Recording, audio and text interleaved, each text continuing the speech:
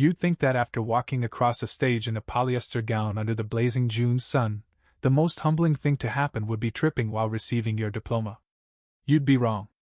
The most humbling thing is being dropped off at a bus stop 20 minutes later, in said polyester gown, holding a half-empty Gatorade bottle, a backpack from sophomore year with a broken zipper, and exactly $60 in cash, courtesy of a pity card signed, "Love you always, Mom and Dad." They didn't even get out of the car. My mom leaned across the passenger seat, sunglasses on, chewing her gum like it owed her money, and said, "Good luck out there, hon." Then they pulled away, my dad driving, my mom waving out the window like I'd just left for summer camp, not permanent exile. No hugs. No tears. Not even a selfie for social media. And so, there I stood 18 years old. No job. No college acceptance. No plan. Just me, my "Congrats, grad" balloon that kept bonking into my head, and the sudden, nauseating realization that I wasn't going home. It would be the first of many surprises that day. Let's rewind for context. I was the third child out of 5. Not the oldest, already a disappointment, not the youngest, still precious, not the smartest, valedictorian, or the prettiest, Instagram-famous cheerleader. Just Ethan. The quiet one. The "you'll figure it out" kid. The one who once got forgotten at Target for 3 hours because "we thought you were in the other car." I wasn't unloved, necessarily. I was just invisible. Like a chair you don't notice until someone trips over it. While my siblings got SAT prep classes and customized dorm trunks, I got told, "Trade school's always an option." Followed by a long silence and a shrug. I did okay in school, BS, and the occasional triumphant A in history when the teacher gave open note tests. But I wasn't a standout. And in a family where standout was currency, I might as well have been bankrupt. Still, I thought I had time. Maybe a summer job. Maybe community college. Maybe someone would offer a plan, or, bare minimum, a ride home. Instead, they gave me $60 and a Greyhound schedule printed on a flyer. So, I sat down on that metal bench, pulled my hoodie over my gown, and stared at the gum-stained sidewalk while my classmates posed for backyard barbecue photos with congratulatory balloons and uncles grilling steaks. I, meanwhile, split a vending machine pack of peanut M&Ms with a guy named Kurt who swore he was going to Reno to become a magician or a cult leader, whichever paid first. And somewhere between Kurt's 5th story about seeing into the future and a pigeon that refused to leave my shoelaces alone, it finally hit me. I was free. Utterly. Absolutely. Terrifyingly free. No more waiting for someone to save me. No more wondering why they never clapped at my band concerts. No more chasing approval like it was air and I was drowning. Just $60, a backpack, and a ridiculous desire to prove them all wrong. I took that bus. Didn't even know where I was going. Just picked a direction and promised myself I'd never sit on a metal bench like that again, unless it had my name on a plaque and pigeons were legally banned from the county. The bus dropped me off in the middle of nowhere, technically, a town called Brookfield. Population, barely visible. The kind of place where gas stations double as diners, and every storefront has a hand-painted, "Help Wanted" sign that looks like it's been there since the 90s. I didn't pick Brookfield for any reason other than the fact that the transfer terminal had vending machines and working toilets. That alone made it luxurious compared to the last 2 stops. I had $38 left after bus fare and vending machine dinner. My feet were blistered, my stomach sounded like a dying vacuum, and my phone was already at 12%. But I had one thing no one had ever given me before. Time. Mine.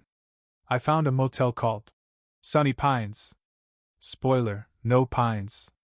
No sun either.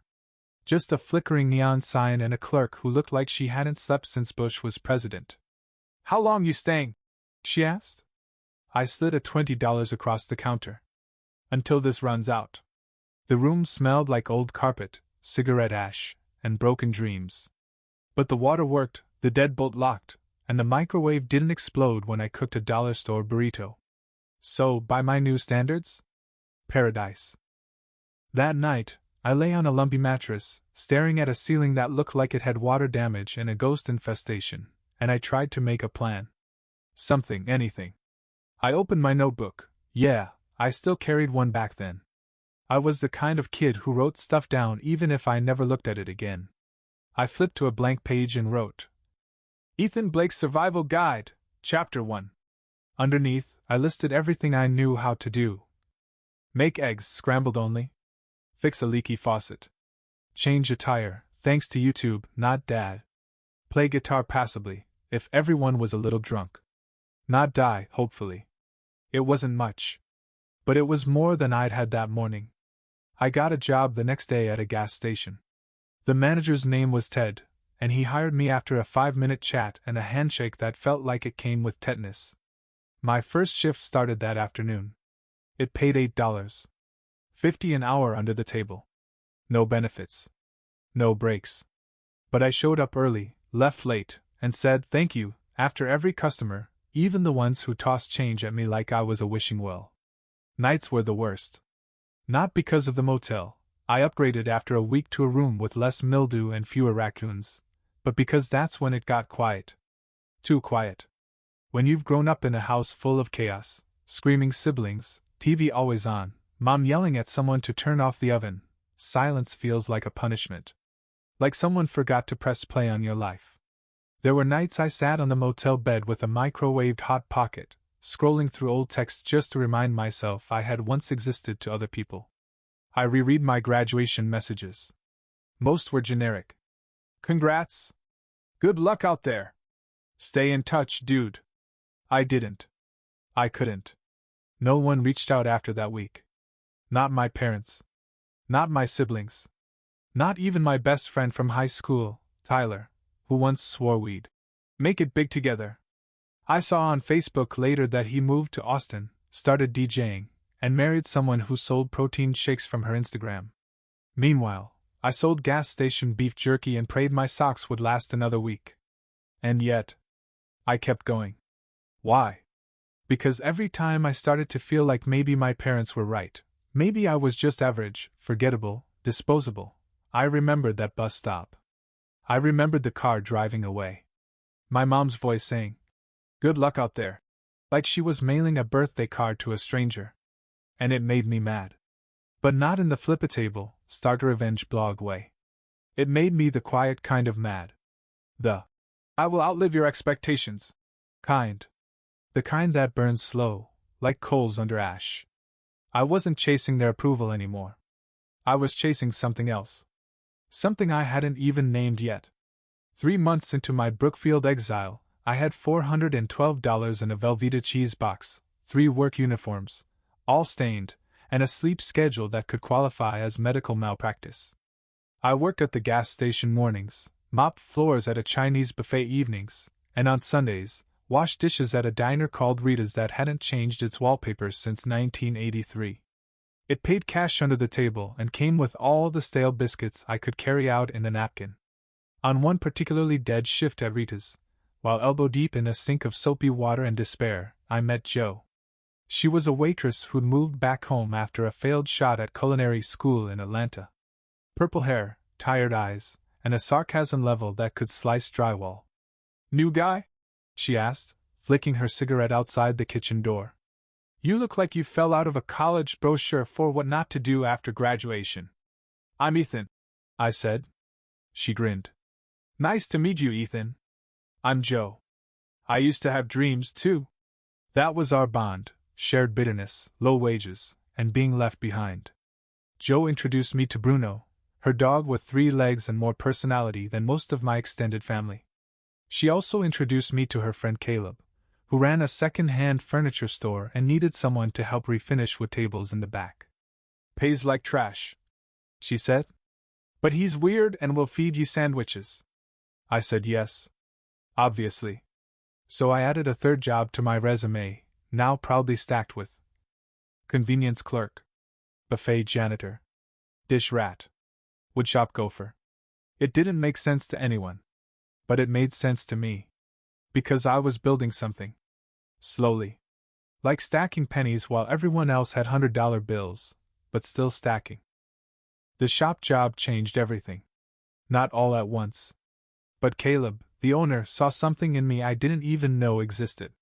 He showed me how to sand properly, how to match finishes, how to see the shape inside rough wood before it was carved. I was decent with my hands, but under his watch, I got good. "You got patience," he said once. "That's rare." I nearly cried. Not because it was poetic, but because no adult had ever said something nice to me without following it up with a "but." Not, "You got patience, but you're not leadership material." Not, "You're reliable, but not smart enough for more." Just, "That's rare." At night, I started sketching things. Bookshelves. Desk organizers. A ridiculous wine rack no one needed. I had no tools. No real training. Just notebook paper, scrap plywood, and a YouTube playlist called Woodworking for Idiots. Joe caught me one afternoon at the diner, drawing on the back of an old order pad. "You good?" she asked. I shrugged. "Just messing around." She squinted at the sketch. "That's a shelf, right?" "Yeah." Could have fooled me. I thought it was abstract sadness. We laughed. But she took a picture of it and sent it to her cousin, who managed a home boutique in the next town. 2 weeks later, they asked if I could build one just like it, and if I had any more designs. I almost said no. I mean, I was still sharing a microwave with a family of centipedes in a rented room above a used tire shop. I didn't even have a shop. I had Caleb's dusty back room and a few borrowed tools. But Joe said, "Don't be dumb, Ethan. Say yes and figure it out later." So I did. I built that first piece in Caleb's shop at night. Took me 4 days and a small collection of splinters, but when I dropped it off at the boutique, the owner paid me $150 and asked if I could do 4 more by the end of the month. I walked out of there like I had just closed a real estate deal. Called Joe from a payphone because my phone had finally given up and died forever. "They liked it," I said. "No sh*t," she replied. "You made it." It wasn't success. But it was spark. It was the first time I didn't feel like I was stuck in the life someone else handed me. It was mine now. And I wasn't giving it back. I didn't mean to become a business owner. Honestly, I just wanted to be able to pay rent without choosing between laundry and instant noodles. But the boutique kept ordering more shelves. Then a friend of the owner asked for a custom bench. Then Joe's aunt commissioned a dog bed. That doesn't look like trash. And suddenly I had more requests than time, all coming from people I hadn't begged, guilt-tripped, or tricked into helping me. People just liked my work. Caleb let me keep using his back room in exchange for helping him sand antiques on weekends.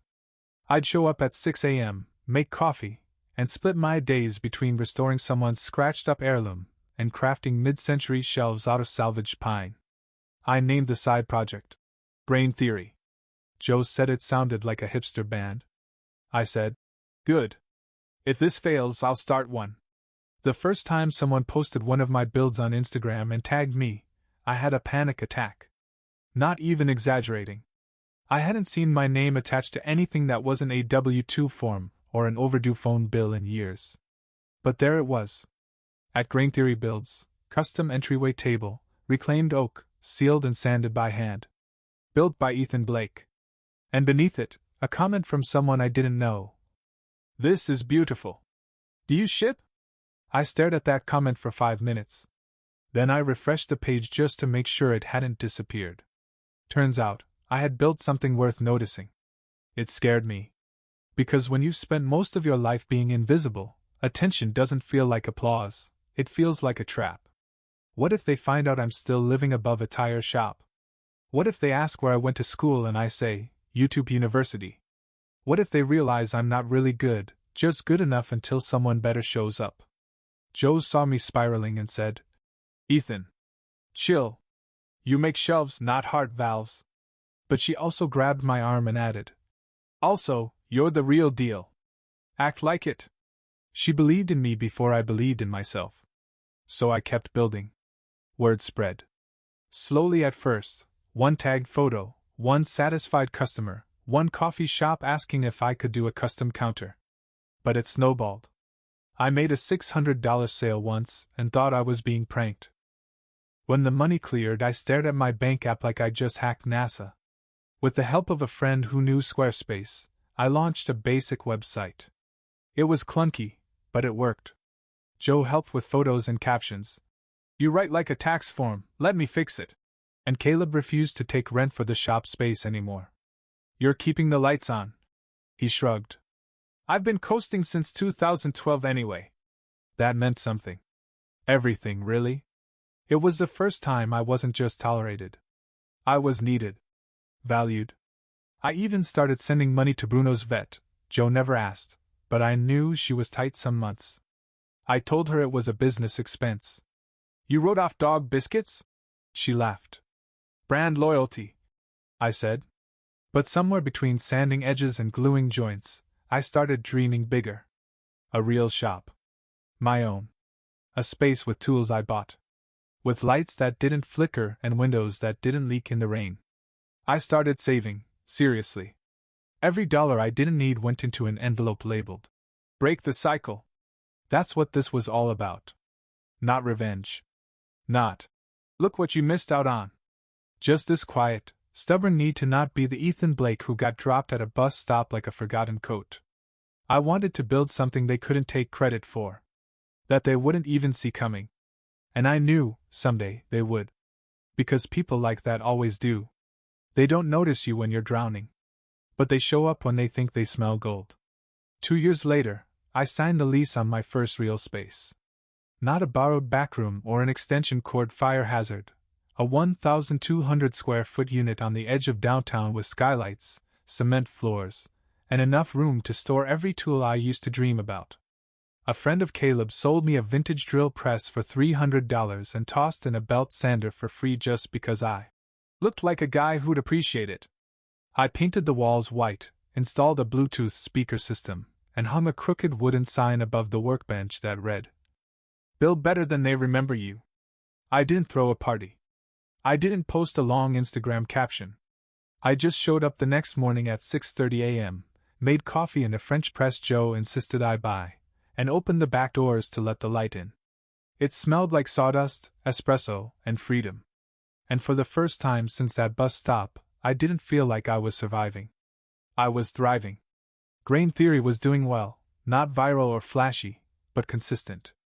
I had clients from 3 states, a waitlist for larger projects, and 2 part-time helpers I paid fairly and fed even better. Joe handled some of the marketing now, though she called herself head of vibes. I even got featured in a small business spotlight blog, which, apparently, was enough for my past to sniff me out. It started with a Facebook friend request. Angela B. wants to connect. Angela B., my mother. I stared at the screen for a full 10 minutes, half expecting it to vanish. Like maybe it was a phishing scam or the universe playing a cruel joke. I didn't accept. I didn't delete. I just stared at the blinking notification bubble, wondering what she'd seen. Had she Googled me? Had someone tagged me in a post? Had she just remembered she had a middle child with calloused hands and a grudge the size of a barn? Then came the message. Hey, stranger. Just thinking about you today. Hope you're well. Yellowheart would love to catch up sometime. No mention of the bus stop. No mention of the missing years, the birthdays skipped, the letters unsent. Just, hey, stranger. I didn't answer. But I didn't block her either. Maybe it was curiosity. Maybe I wanted to see if she'd try harder. 2 days later, another message. Your cousin Bailey saw your shelves online. They look so professional. You always had that spark face-blowing kiss. I laughed out loud.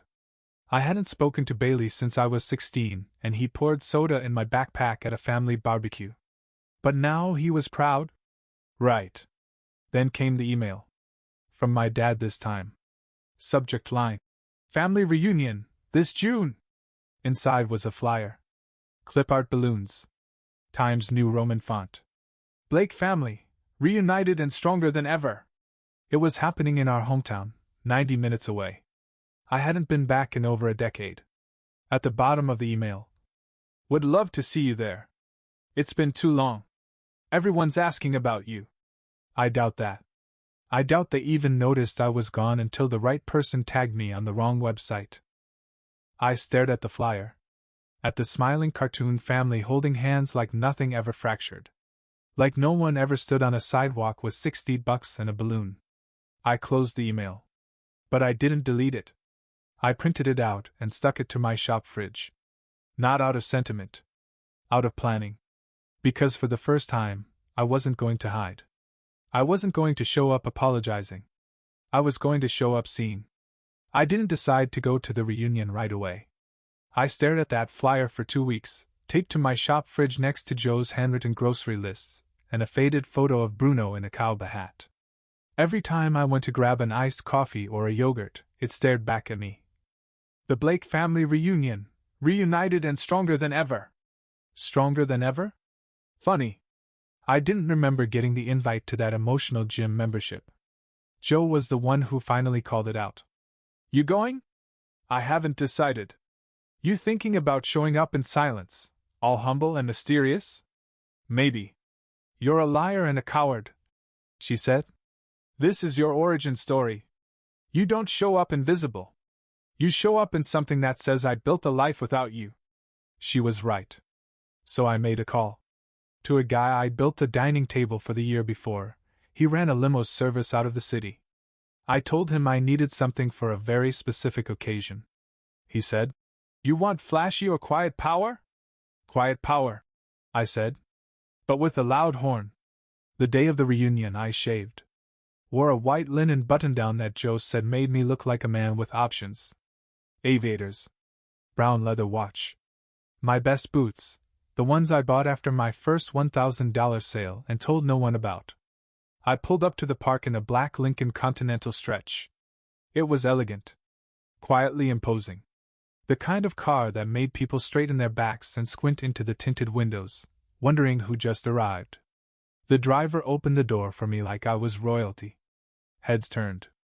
Conversations paused. A frisbee hit a lawn chair because some cousin's kid forgot physics in the presence of mystery. I stepped out slowly. No speech.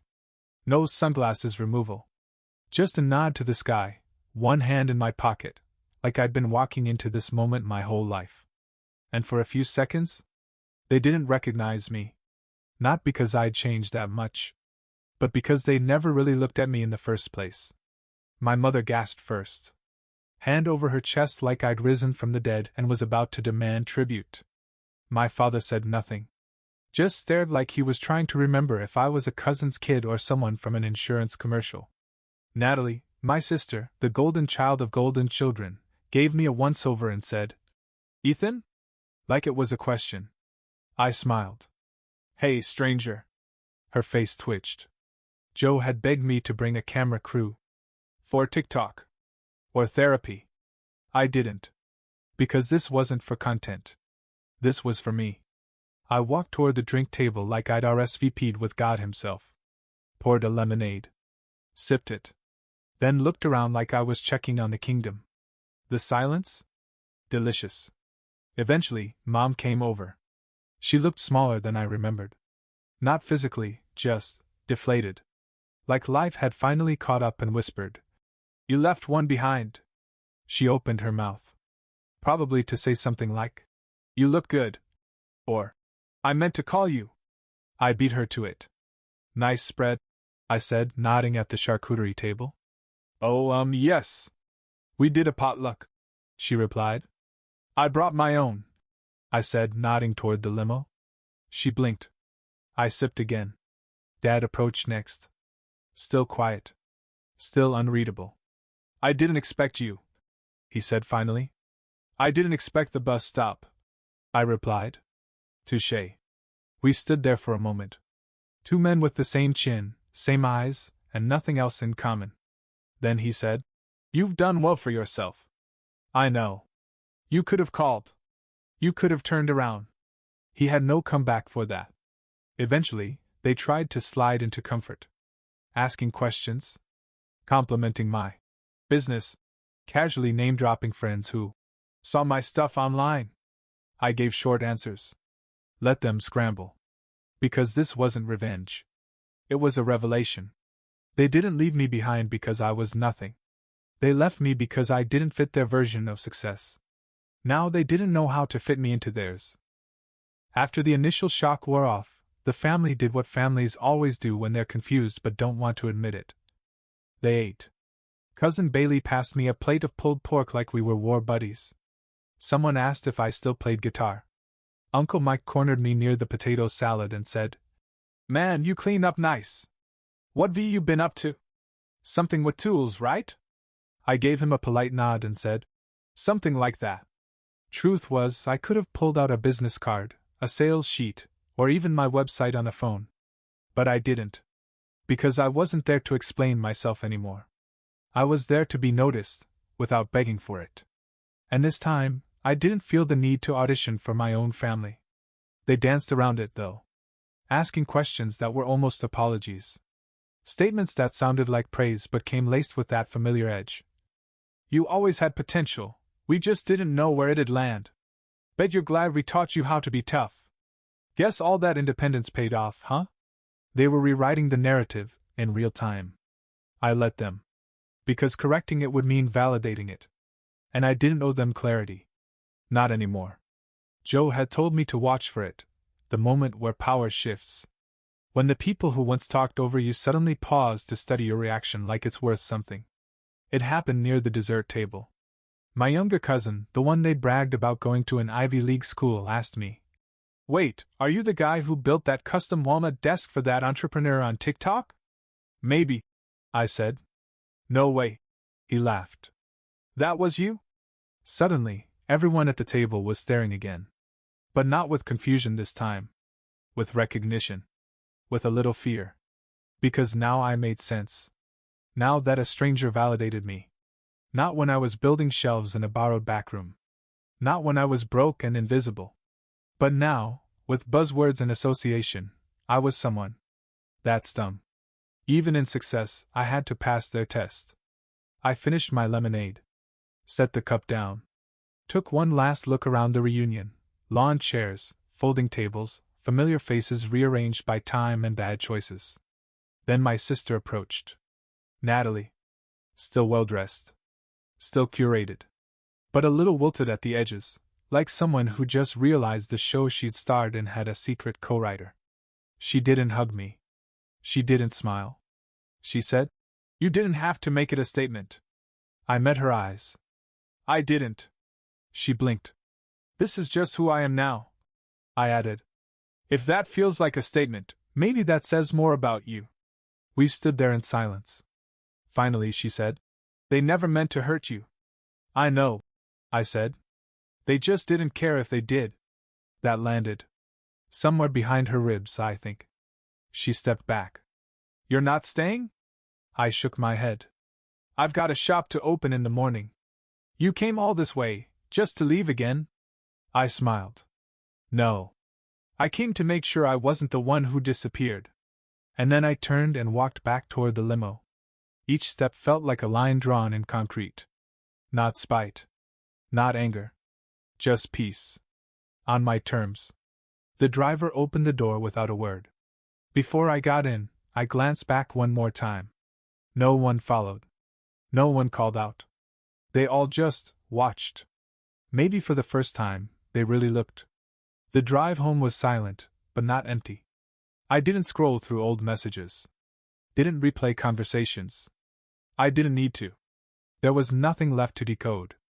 They had shown me who they were, and I had shown up to remind them who I became. That was enough.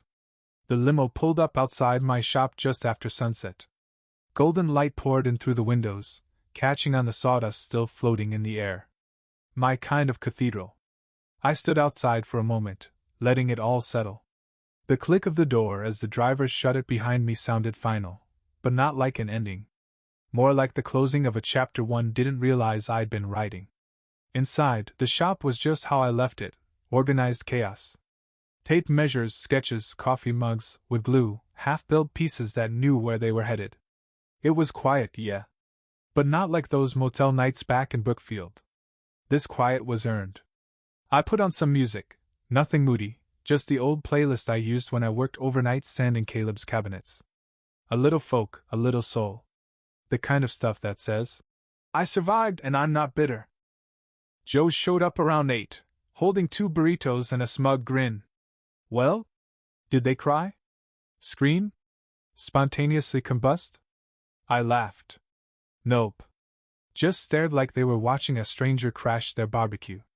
She handed me a burrito. I would have paid good money to see it. You kind of did, I said. You bought my boots. We sat on the shop stools and ate dinner with our legs swinging like kids on a dock. She didn't ask how I felt. She didn't need to. After a few bites, I finally said it. They looked at me like I didn't belong. Joe raised an eyebrow.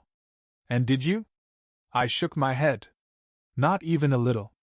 She smiled. Good. That night, I stayed late at the shop. Not working. Just being. I flipped through my sketchbook, the same one I'd started back in the motel. The cover was worn now, pages curled and smudged, some torn from being stuffed into too many backpacks. But it was full. Every sketch. Every idea. Every version of me that tried and failed and tried again. I grabbed a fresh notebook from the shelf. Opened to page 1. Wrote in clean block letters. Grain Theory Year 3. No revenge plans. No hidden messages. Just goals. Bigger shelves. Smarter systems. Maybe a coffee table line. Maybe a shop dog. I wasn't building to prove anything anymore. I was just building. And if they ever wondered why I didn't stay for hugs and potato salad? Let them. They wrote me off. I wrote a life. And mine has better lighting, stronger joints, and a foundation that never needed their approval.